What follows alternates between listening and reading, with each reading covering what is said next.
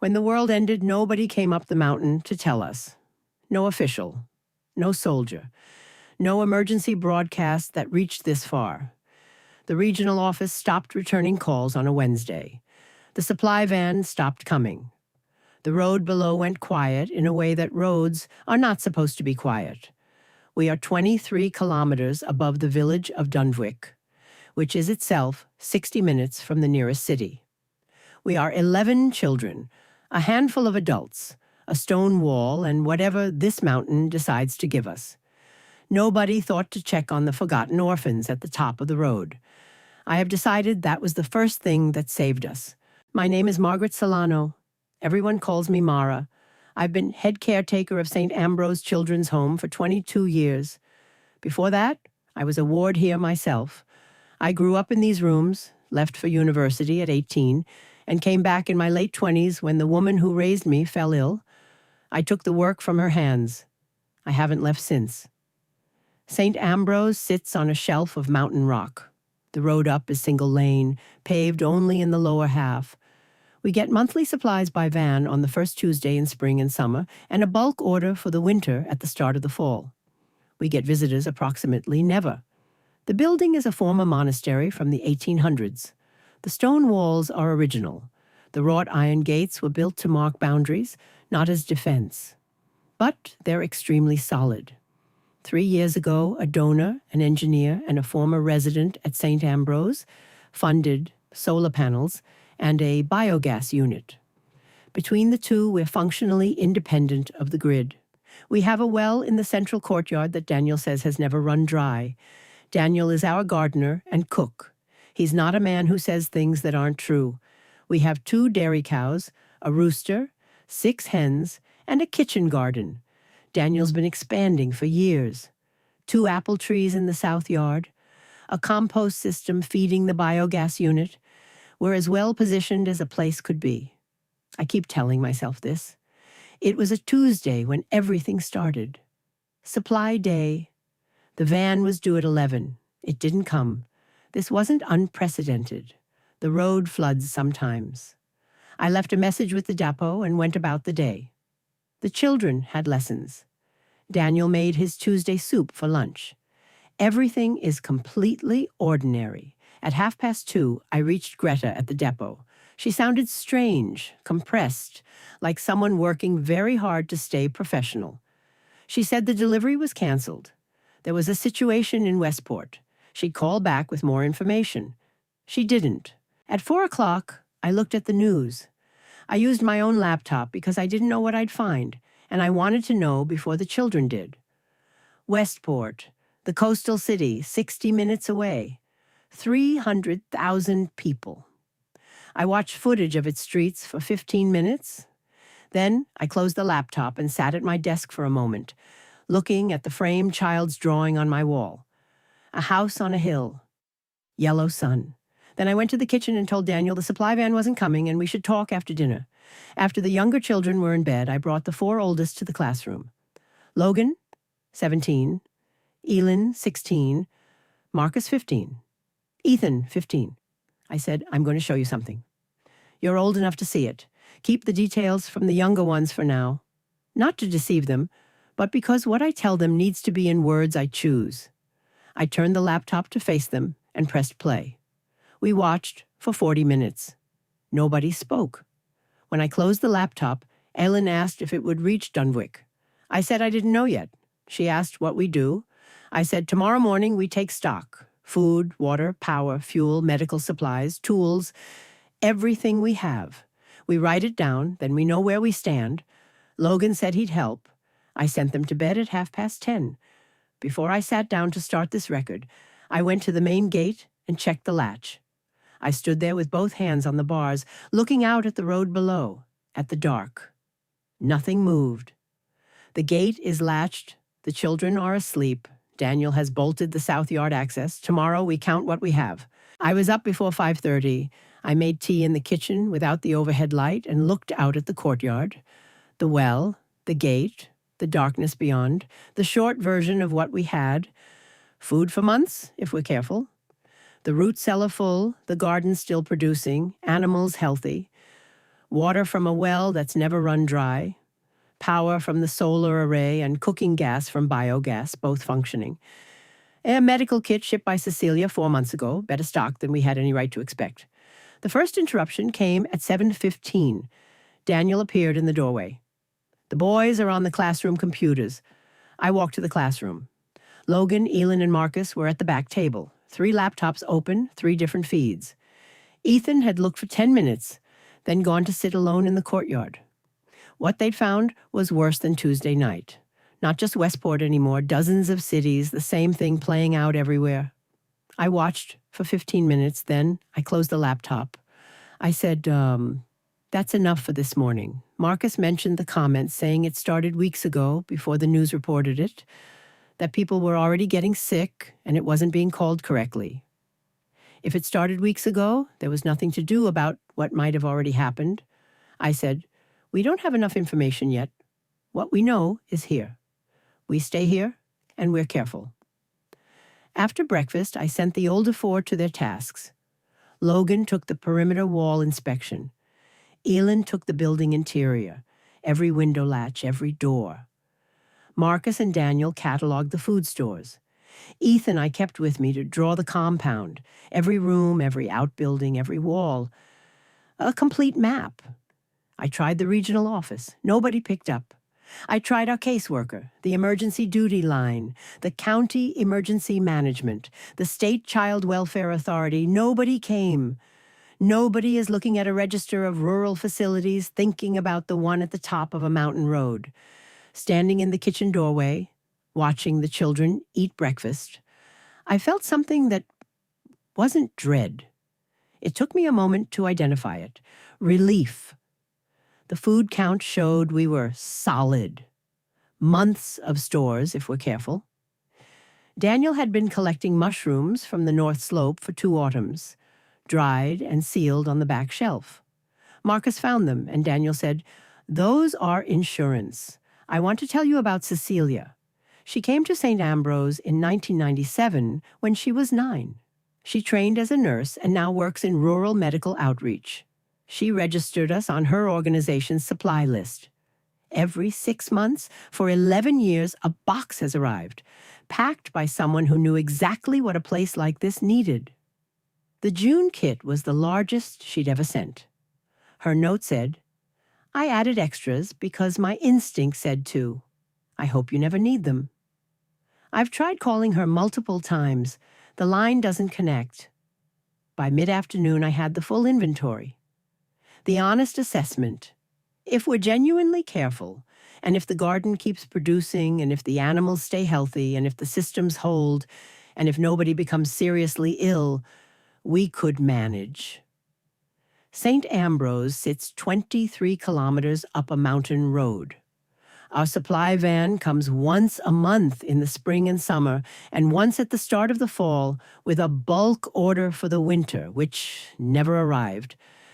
We're self-sufficient enough to stay. We're remote enough that nobody's coming. Both of those things are the same thing, seen from different directions. The 4 older ones came with their reports before dinner. Logan's perimeter assessment was thorough. He'd tested the south gate 6 times and written about the main gate. This gate is not going anywhere. Elin had found 11 windows that didn't latch properly. She'd already fixed 7. She presented a list of the remaining 4 and told me the storage room window needed fixing today. Ethan brought his sketchbook. He'd spent the afternoon creating a complete architectural record, every room, every wall, every measurement. The gate drawings were incredibly detailed. When I praised his work, he said he wanted to do the bell tower tomorrow. Then he mentioned, you can see the road from up there, through the trees, maybe 2 kilometers of the upper road. At dinner, I told the children we were making changes, practical ones. The supply van won't be coming for a while. We have food, water, the garden, our animals. We're going to take very good care of all of it. I assigned new household roles. Felix got egg collection with his own notebook. Logan got evening gate check. Elin got morning gate check. Marcus got daily weather observation with Daniel.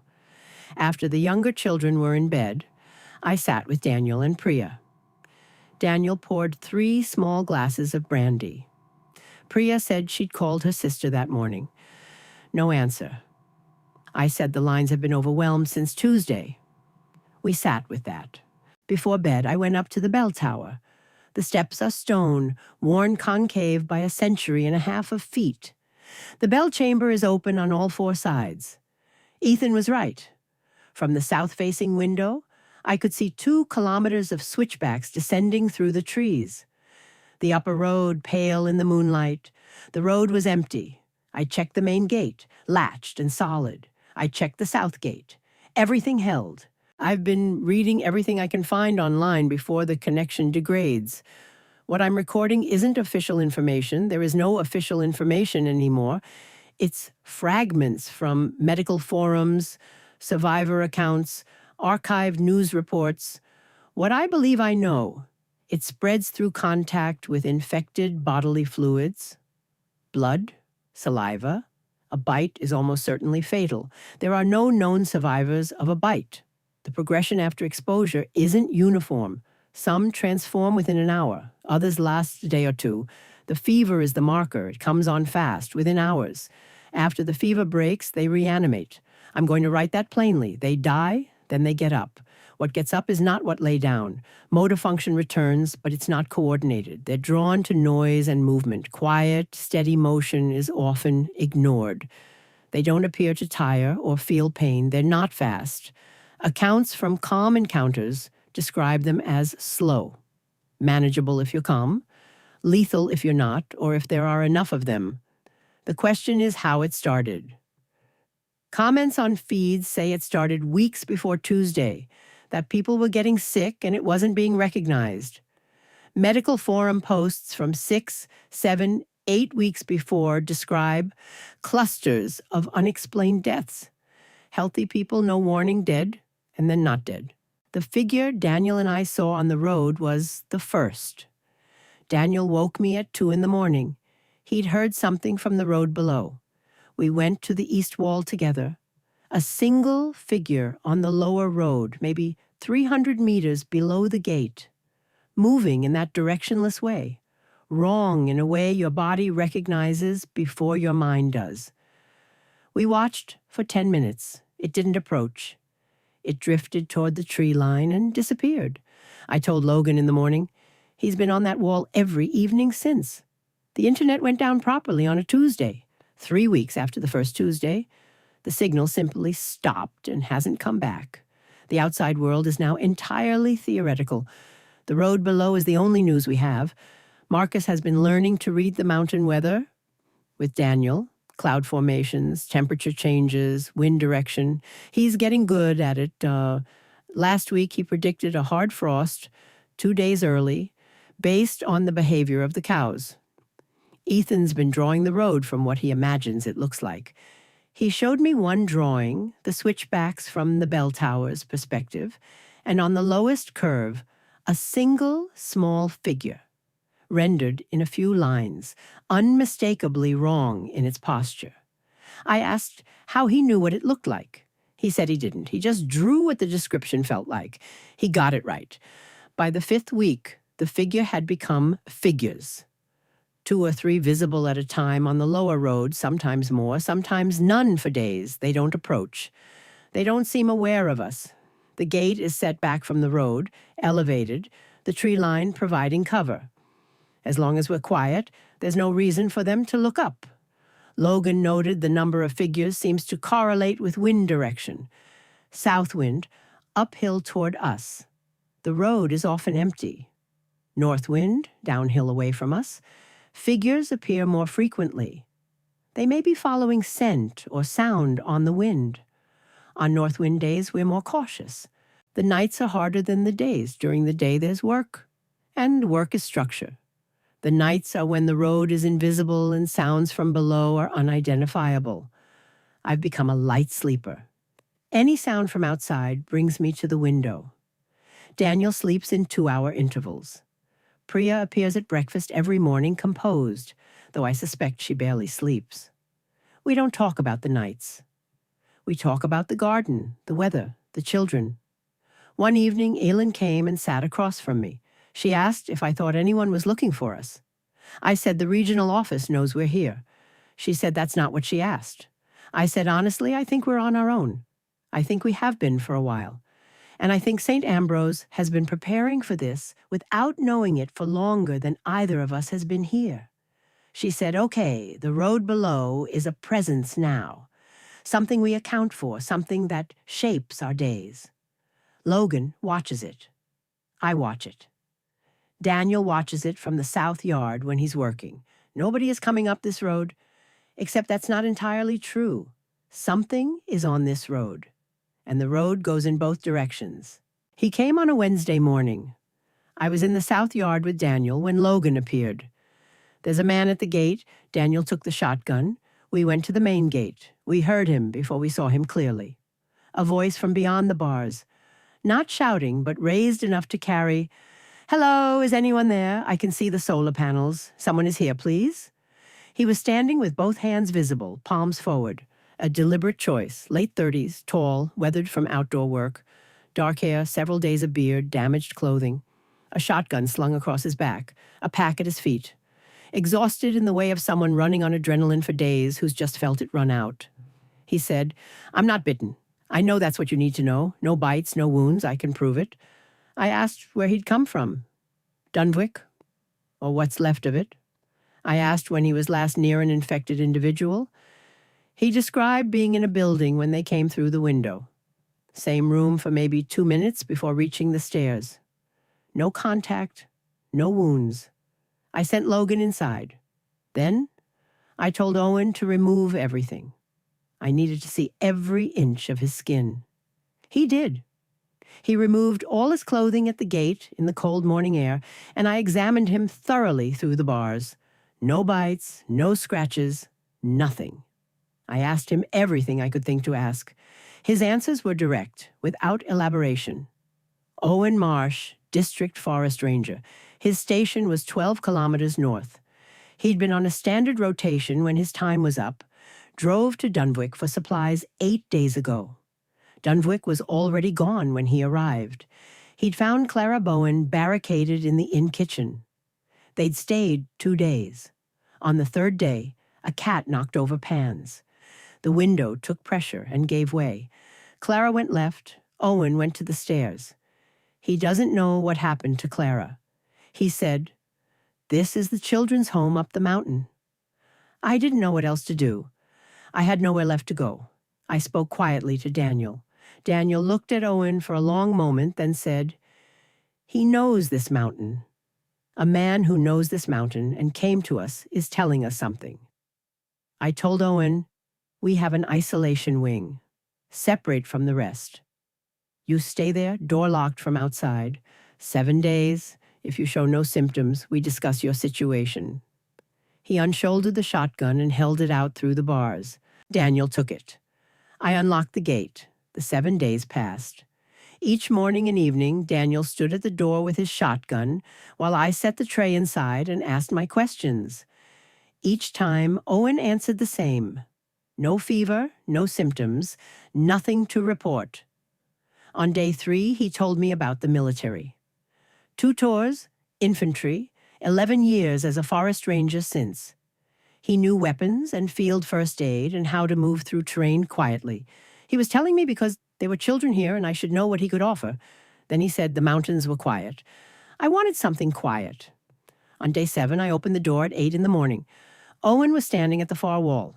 His color was good, eyes clear. 7 days, nothing. I said, "You're clean. You can come out." He picked up his pack and the notepad I'd given him. He stopped in the threshold. He said, "I know what you risked letting me in. I'm not going to make you regret the gate." Daniel gave the small nod that means, "I accept this." Owen stepped through. After breakfast, after the younger children dispersed, I gave Owen his shotgun back. Daniel was watching from the kitchen doorway. Then Daniel said, "Come with me." He took Owen to the basement.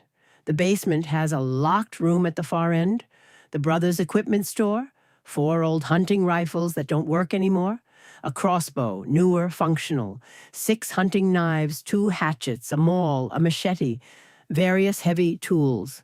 Daniel and Owen were down there for 2 hours. Afterward, Daniel told me, "The man knows what he's doing." The assessment took the following day. The rifles Owen set aside. Wrong caliber, mechanisms unreliable. The crossbow he tested thoroughly. Functional, well-maintained. He retensioned the string. The knives he sharpened over 2 evenings at the kitchen table. Logan came and sat across from him the first evening. Owen set a second whetstone on the table without comment. He showed Logan the angle, the stroke. Aylin came the second evening and took the third whetstone. Marcus came the third evening. Ethan came and drew the process in his sketchbook. By the fourth evening, all 6 knives were sharp. The hatchets were sharp. The machete was sharp. Ethan brought me a book on a Thursday afternoon. He'd found it in the old library, Medieval Siege Defense and Fortification. He said, "There are things about wall reinforcement and gate fortification that apply to what we have here. The principles apply." He'd marked relevant sections. Then he said, "I also think we need to do something about the gate. The bars are wrought iron. You can see through them. We should cover the lower portion." I told him to take it to Owen. That evening, Ethan sat with Owen and Daniel and made his case. Owen listened to everything, then said, "The boy is right on all of it." Ethan showed them a rough design. Heavy planking covering the lower 2/3, narrow vision slits at eye level. Owen said, "Exactly right. The gate reinforcement took 2 days. When it was done, Owen said, from outside, if you don't know the road is there, you see a stone wall with a heavy timber gate. No indication of what's behind it. Owen established the training routine in the second week. He watched the household first, then came to me with a plan. A stamina circuit around the front yard. Blade work with a training dummy. The 4 older teenagers, me and Priya, if willing, and Daniel would have his own way of staying capable. The one condition, no noise that carries beyond the walls. The training dummy was built the following afternoon, a post in the yard, frame attached, sacking stuffed with straw. Ethan drew target areas on it in charcoal. The younger children do their circuits separately with Priya in the morning. She runs it like a game. They're getting stronger and faster without understanding. That's what's happening. Meanwhile, Daniel has been teaching the older 4 everything about the systems. Solar array maintenance, biogas unit monitoring, wood-burning stoves, winter preparation. Marcus has been learning to read the mountain weather. Elin monitors the biogas unit. Logan helps with building maintenance. Ethan has an excellent mechanical intuition. He fixed a sticking valve last week. The wood runs are Owen and Priya's work. They go up to the upper slope twice a week, bring back enough to add to the store.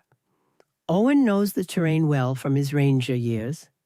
I've noticed Priya comes back from the wood runs with better color, a different steadiness. Last Thursday, she came through the door and stood catching her breath, and looked, unclenched, in a way I hadn't seen since the first Tuesday. Everyone in this building has changed since Tuesday. Marcus can read a mountain and a sky and synthesize it into what tomorrow will bring.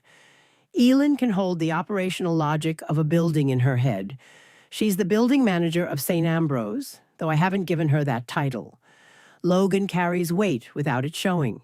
He's on the wall every morning in the cold, patient with the younger children, asking Daniel questions, watching Owen learn. He's 17 years old. He's the best of us. Ethan reads, draws, designs things. The well cover he designed is installed and functioning. He has more designs in progress. He's building a body of knowledge this compound will need. Owen is simply, consistently, completely present. He's been through what he's been through and has learned how to be absent from the present moment and has decided not to be absent here. One more thing. I wear a chain around my neck with a key. The key fits a safe in my desk. The safe contains a pistol, a weapon I acquired before I came back here, maintained and loaded in that safe for 22 years, never used. Daniel has always known. He's never asked. I'm not telling Owen yet, but I've told this record. The road visible from the bell tower is the lower valley road, not our side road. Our junction is overgrown enough that it looks like tree line. The figures on the lower road are moving east, toward Harrow's Mill, the next settlement. Owen identified this drift 3 weeks ago. He and Logan track it in the morning logs. East, consistently east, Owen said. They're following something. The good news is they're not following the side road. They don't appear to know it exists. Washington in November means short days, constant cloud cover, near freezing nights. The first real snow came on a Wednesday in the 11th week. The younger children went outside. I heard them, the sound of children in snow, pure, uncomplicated joy. I went to the window. All 11 of them in the front yard, Priya in the middle of it, Ethan making a snow angel, Felix measuring the snow depth with his ruler. Owen was at the gate, on watch, his back to the yard. But I could see his shoulders. Something had changed in his shoulders. I went downstairs and stood in the doorway. Daniel appeared beside me with a cup of tea. We stood and watched them without speaking. The heating situation, the solar array isn't sufficient for heating. We have wood-burning stoves, 3 of them, main hall, kitchen, east dormitory corridor. They've been cleaned and inspected, all functioning. Owen and Priya bring wood from the upper slope twice a week. Logan manages the corridor stove, banks it at night, restokes it first thing in the morning. The wood supply is tight but manageable. Daily life in the 11th week. Daniel starts the kitchen range before the children are up. Logan checks the corridor stove and gate. Owen does the bell tower observation. Marcus does the solar check and weather observation. Elin checks the building interior. All done before 7. Quietly, without instruction. At 7, breakfast. Sunday breakfast used to have raisins in the porridge. They ran out in the 10th week. Daniel served it with honey instead, from the south yard hives. Sarah asked where the raisins were. Daniel said gone. She tasted the honey. She said it's not the same. Daniel said no, it's not. She ate her porridge. This is how we do this. We lose one thing, find the next thing, acknowledge it's not the same, and eat the porridge. Priya has been teaching the middle children to sew. Felix and 2 others are learning food preparation with Daniel. The older 4 are learning the systems in detail. I want to record a conversation I overheard one evening. Owen and Daniel at the kitchen table after everyone was in bed. Owen asked about the upper slope, the north wall land, what's on the other side of the ridge. Daniel explained it's all monastery land to the ridge, then national forest beyond. No roads on that side. Owen said, so our exposure is the lower valley road and whatever comes up the side road if they find the junction. Daniel said, the brothers chose this site for exactly that reason. Accessible enough to not be cut off. Inaccessible enough to be left alone. Owen said, they knew what they were doing. Later, Owen mentioned Ethan's designs. Daniel said he'd seen them. Owen described a secondary observation point on the north wall that Ethan had identified from a topographic survey without ever visiting that part of the wall. Daniel said, he finds things. Owen said, yes, he does. The foraging has been Aylin's addition. She made a list from Daniel's knowledge and the library books. Rose hips, Oregon grape, nettles, hawthorn berries, fir tips. Things growing on or near the compound that are edible or medicinally useful. She found late-season blackberries one week and brought them to dinner in a bowl. Sarah said these are better than the honey. Aylin said, I know. The lower road in November has more figures than September. Not dramatically more, 8, 10, 12 visible at any given morning, still drifting east.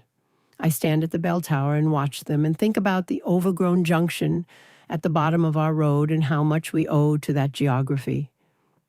The bell above me hasn't rung since before I was born. I think about the brothers ringing it across 100 years of mornings. I think about sound going out over the valley now and what it would bring back. The bell stays silent. The road stays east. We stay here behind our walls, behind our silence. We watch. We wait. We are, as far as I can determine, still safe. I need to go back a few weeks. The satellite signal fragment came in the second week of November. Owen had been monitoring the degrading emergency broadcast when a different fragment came through. Spinal cord or brainstem damage. Static. Only reliable method. Static. Confirmed across multiple. Static. Aim for the static. Base of the skull or static.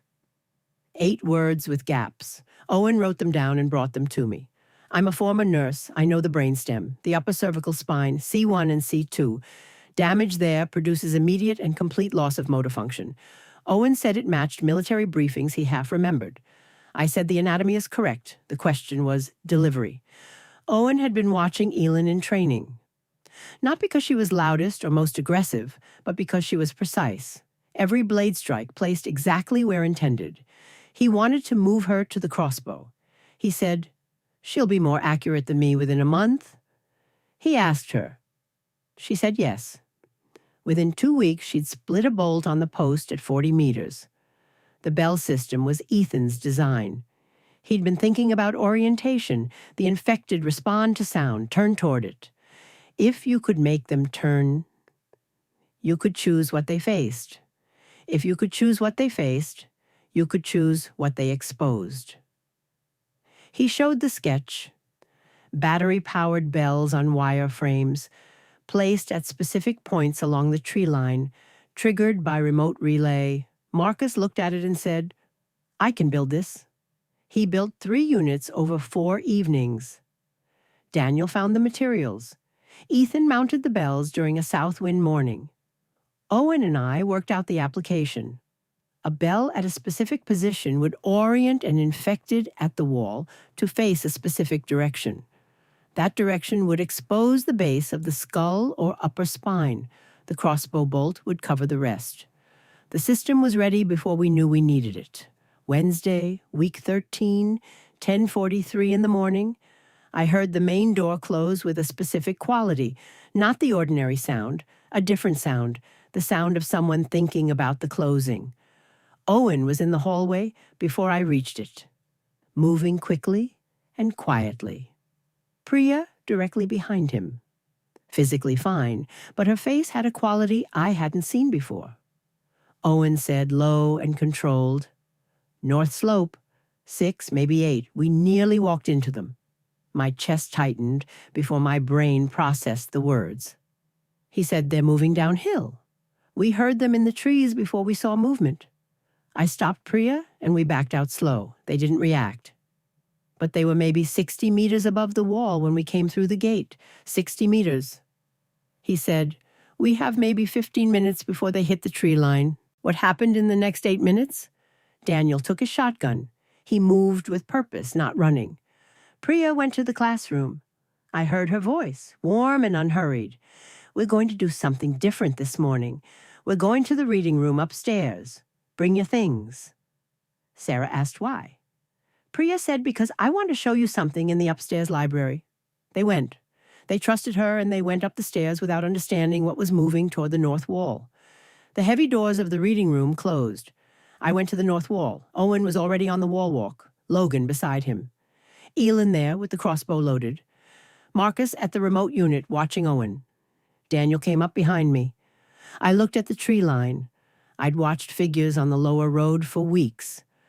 I thought I understood what I was dealing with. I hadn't been this close before. The sound came first. Quiet in the wrong way. Movement through the forest that's quiet when whatever's moving isn't paying attention to branches, isn't adjusting for ground, just pressing forward, regardless. Then the first one came through the tree line. It came against the north wall and pressed against the stone. The sound of it, hands on stone, body weight against stone, wrong in a way the brainstem recognizes before the conscious mind does. The second came through, the third, the fourth and fifth together, a sixth further east, a seventh we could hear but not see, possibly an eighth. The count was uncertain. Owen said to me very low, "The wall will hold. It's held for 140 years, and it will hold for this." I kept that thought. The figures pressed and made no progress because the wall is 2 feet of monastery stone, and they don't have the capacity to understand that. Owen said to Marcus, "Bell 2, short trigger, ready." Marcus said, "Ready?" Owen looked at Elin. Elin had the crossbow up, breathing controlled. Owen said, "Marcus!" Bell 2 rang, small, precise, from the left side of the tree line, just enough. The figure at the wall directly below Bell 2 turned. Not a person responding to sound. Something more mechanical. A reorientation. A compass needle swinging. The base of the skull. The upper cervical spine. Exposed. Elin released. The figure dropped. Not fell. Dropped. Complete immediate cessation, like a switch thrown, on the ground and not getting up. I watched it happen and didn't look away. Owen said, "Next one, Bell 3. Left of center." Another figure turned. Elin had reloaded. 7 seconds, maybe 8, released, down. We worked through them, Owen calling the bells, varying the pattern, Marcus triggering, Elin shooting, reloading, shooting. The 4th was partially behind the 5th when its bell triggered. It didn't turn cleanly. Elin waited, the crossbow steady, patience. Then it turned the necessary fraction, and she released, down. The 6th was at the far eastern point. Bell 1. Ellen moved 3 steps along the wall walk to get the angle. Planted, raised, waited, released, down. The 7th was still in the tree line. Logan spotted it, Bell 1 again. It came through and turned before reaching the wall, and Elin took it while it was still moving. Down. Owen scanned for 2 full minutes. The tree line, the wall base, the upper slope. He said, "That's all of them?" Silence. Real silence. The absence of that sound against the stone. Elin lowered the crossbow. She stood on the wall for a moment. Then she asked, "Is there another one?" Owen said, "No, that's all of them." Her hands weren't shaking. I noted this. I'm not certain mine weren't. Owen and Daniel went over the wall. They put on doubled rubber gloves, wound scarves around their faces, went down on the rope ladder Owen had made weeks ago. From the wall, I watched them work. 7 bodies at the base of the wall, Owen and Daniel moving among them with deliberate efficiency. Not rushing, not hesitating. Dragging them one at a time to the narrow ravine at the northeast edge, a drop of 300 feet into darkness. 4 trips, 40 minutes. When they came back over, they stripped the outer gloves and dropped them over the wall's outer face. They went to the outdoor tap and washed.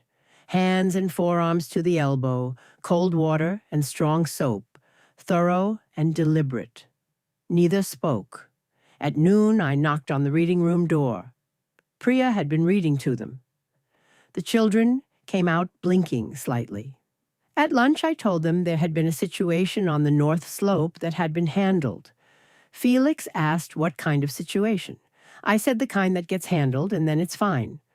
Sarah asked if she could go outside. I said front yard only, with an adult, after lunch. Priya sat at the table exactly as she always is. I found Priya in the library that evening. She was sitting by the window with the children's book in her lap, looking at the dark glass. She told me about hearing them in the trees, Owen stopping without warning, the sound above them, backing out slowly, the whole time thinking about getting back to the building, to the children. She said, "I keep seeing the tree line. When I close my eyes, I said, yes, that's going to happen for a while." She asked if it stops. I said, "It gets further away.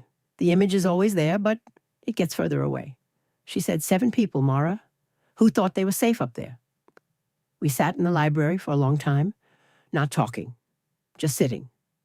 Thursday morning, Owen and Daniel and Ethan started building the observation point. Ethan's design, elevated platform on the north wall walk, rising above the wall top to give a clear sight line up the slope. He showed it to Owen at the kitchen table. Owen looked at it and said, "Build it exactly like this." The platform took 4 days. From it, you can see the full extent of the north slope, from the wall base to the upper tree line. You can see the point 60 meters up where Owen and Priya heard the wrong sound. You can see it in time to matter. Thursday evening, I found Owen on the North Wall walk, looking at the bell system. He said, "I keep coming back to the bells. A 15-year-old designed them. A 15-year-old built them. They worked exactly as designed. I said they were designed for this specific problem, this wall, these trees, these distances, not a general solution, an exact one." He was quiet. Then he said, "I've been in this building for 6 weeks. I keep finding things here I didn't expect to find." I said, "Like what?" He said, "I mean the people." We stood on the north wall in the cold for a long time, the bells still in the tree line, the slope quiet. Below and behind us, the compound was warm, wood stoves going, lamps on.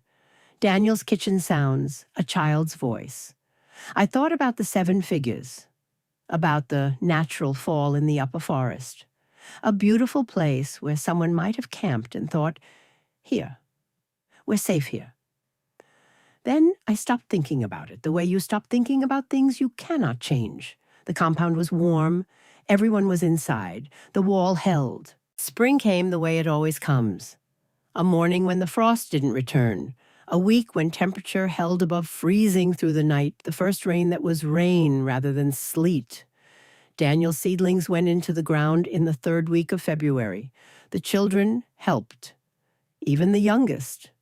Sarah, with her small trowel, making holes with absolute concentration.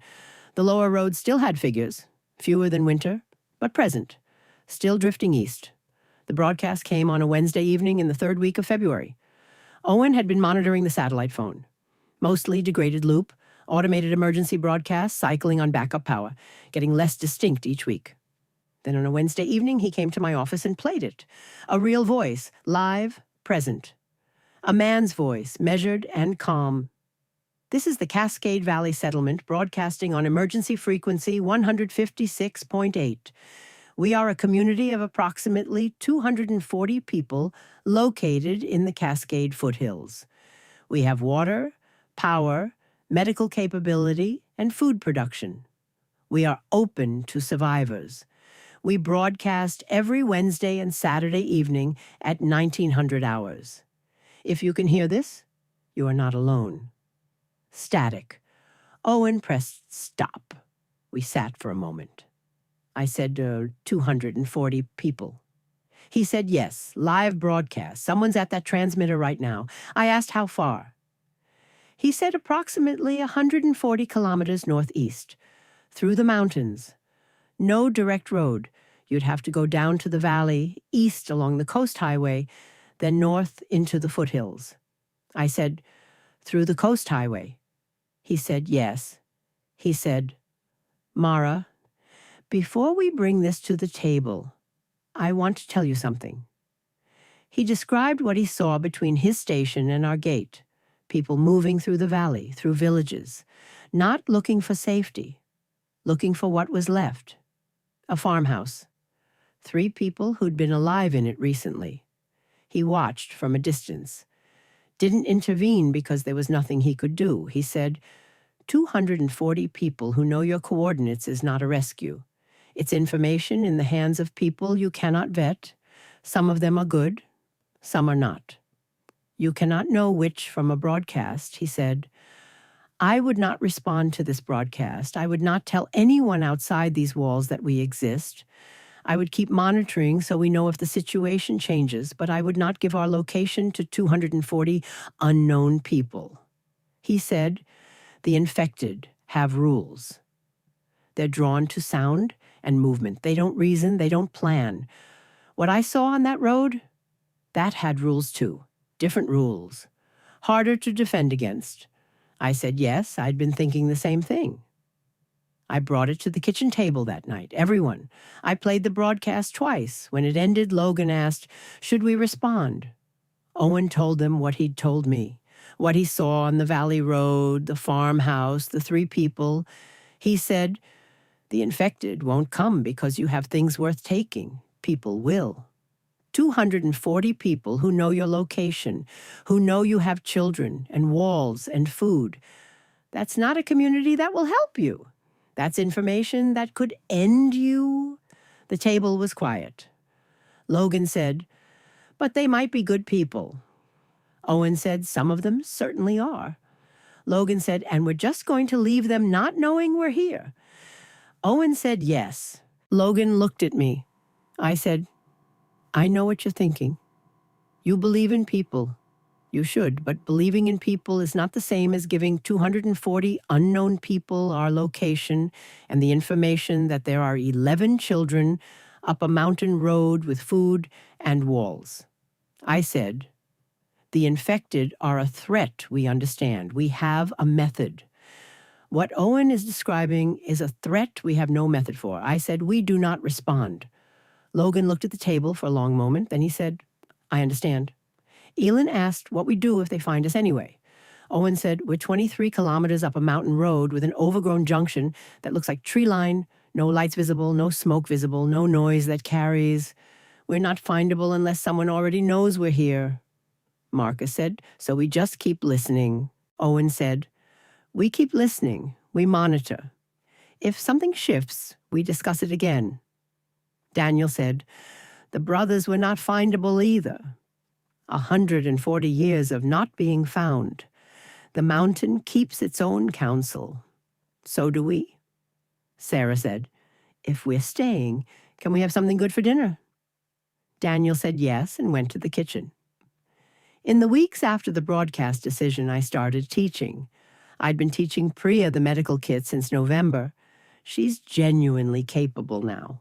But one backup isn't enough. I brought Ethan into the Tuesday sessions. He came and sat across from Priya and opened his sketchbook. He began drawing the contents as I laid them out. Labels, volumes, indications. The suture kit from 3 angles. He's not drawing for art. He's drawing for memory and reference. Making a record that can be used. By the 4th session, he could identify every item by function. By the 6th session, he was asking precise questions that required us to actually know the answers. He asked about the brainstem. He said, "If Elin is ever not available, if the crossbow is ever not available, if we're ever in a situation where someone needs to know this without time to ask, I want to understand it completely." I taught him the anatomy. He drew it. The brainstem, the upper cervical spine, the nerve pathways. He closed his sketchbook and said, "Thank you." I said, "You understand what this is for?" He said, "Yes. The medical knowledge of this household no longer lives in 1 person or 2, but in 3. Ethan showed me the designs on a Thursday evening in late February. He set his sketchbook on my desk and opened it to pages he'd clearly been building toward. 3 designs.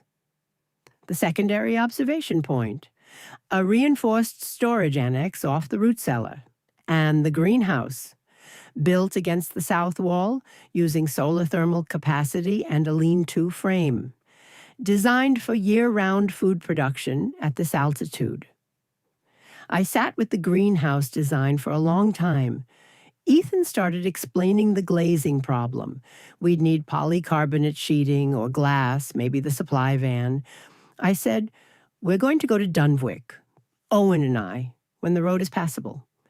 He was quiet, then he said, "The greenhouse would mean we could grow food in winter. Not just store it, grow it. We would never have a hungry month again." He said, "I want to build it." I said, "Build it. Everything you need, we'll find." He closed the sketchbook. He said, "Come back from Dunwich." I said, "That is absolutely the plan." We left at 7 on a Thursday morning in early March.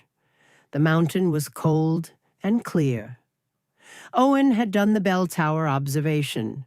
3 figures on the far valley road moving east, nothing between the junction and visible range. The gate. I've stood at this gate more times than I can count since September. I've never gone through it to the other side since before all this began. Owen went through first. Checked the road, signaled. I went through. I had my blade at my belt. I had the thing beneath my jacket, the pistol from the safe in my desk, the one that's been there for 22 years. Owen closed the gate. I heard Logan latch it from inside. We walked down the side road to the junction in silence, stopped and checked both directions. Empty in the section before us.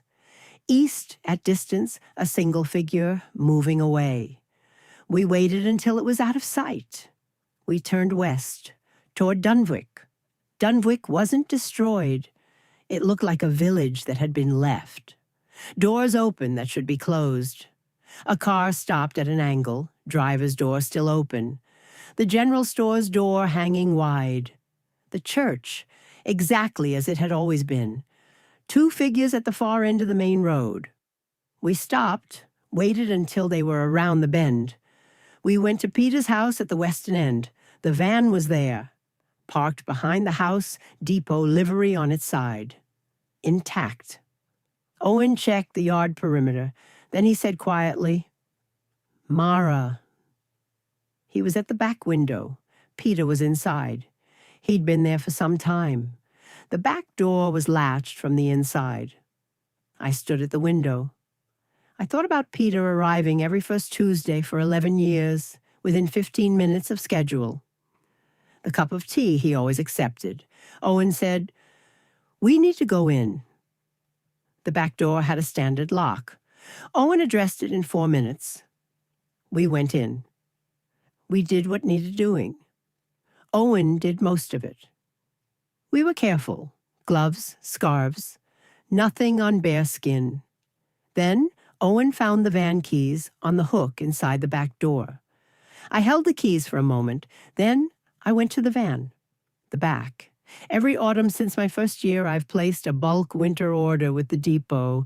The mountain road becomes impassable in heavy snow. Ruth taught me, you order in September what you need for January. The September order that the world interrupted was the largest in several years.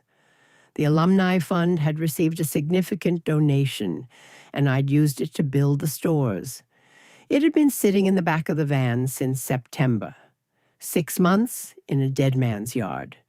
Exactly as ordered, exactly as loaded. The full bulk winter order for St. Ambrose.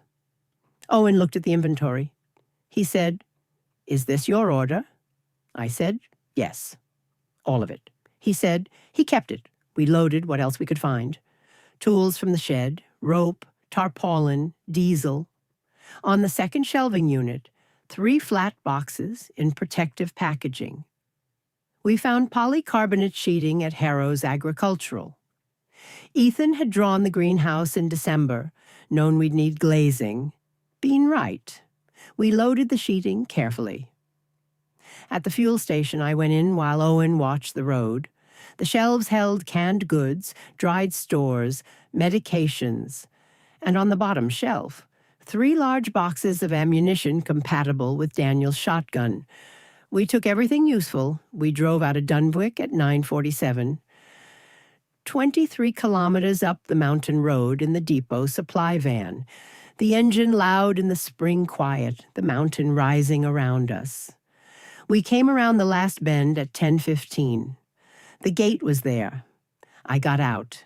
I said to whoever was watching, "It's us, open it." The latch moved. Logan was there. He'd been at the gate since we left. His face when he saw the van was the face of someone who's been managing something difficult and has been told he can stop. He said, "You're back." I said, "Go tell Daniel to start the kettle." We drove through. Owen shut the engine off. We sat in the cab for a moment in the sudden quiet. The well, the garden beginning to green, the solar panels, the children coming out. Sarah reached us first. She looked at the van. She said, "Is that the supply van?" I said, "Yes." She said, "Did you bring things?" I said, "Yes, Sarah, we brought things. I'm writing this on a Sunday in late March." Sun through the south window, across Daniel's seed trays. 4 inches tall, almost ready. Ethan's greenhouse is underway. The frame is precise, the sheeting fits cleanly. Supplies are stored, cellar, annex, secured. Medical kit replenished, ammunition below. We are well. Owen monitors the broadcast twice a week. Same voice, same coordinates. You are not alone. We do not respond. We don't respond because knowledge draws attention, and attention draws risk. The infected have rules. Desperate people don't. The mountain has kept us hidden for 140 years. We keep it that way. This is not forever. When the situation changes, when we can listen safely, measure risk, we'll reconsider. For now, we listen. We stay silent. Sunday porridge. Daniel found dried fruit, raisins, apricots, cranberries. Sarah saw the raisins. They're back. Yes, you went and got 'em. We got a lot of things. Good. The table was full. Sunlight at that late March angle. Garden greening, greenhouse rising, walls holding. I kept the gate closed, the junction hidden, the mountain between us and those who would come if they knew. I'll keep doing that as long as it's right. There are 11 children here, 5 adults, 1 man who arrived with nowhere else. What makes this place somewhere is the walls, the silence, the mountain. We are not found. We remain that way. Logan talks about when this is over. I don't know what over means. I don't know what's left out there. I know here, a full table, good porridge, raisins returned, Daniel's garden, Ethan's greenhouse, Marcus reading weather, Elin on the wall, Owen with his bells, Priya reading, Logan learning, all of them. St. Ambrose, former monastery, former children's home, now simply home. A place that endures because it is tended. We care for it. It keeps us safe.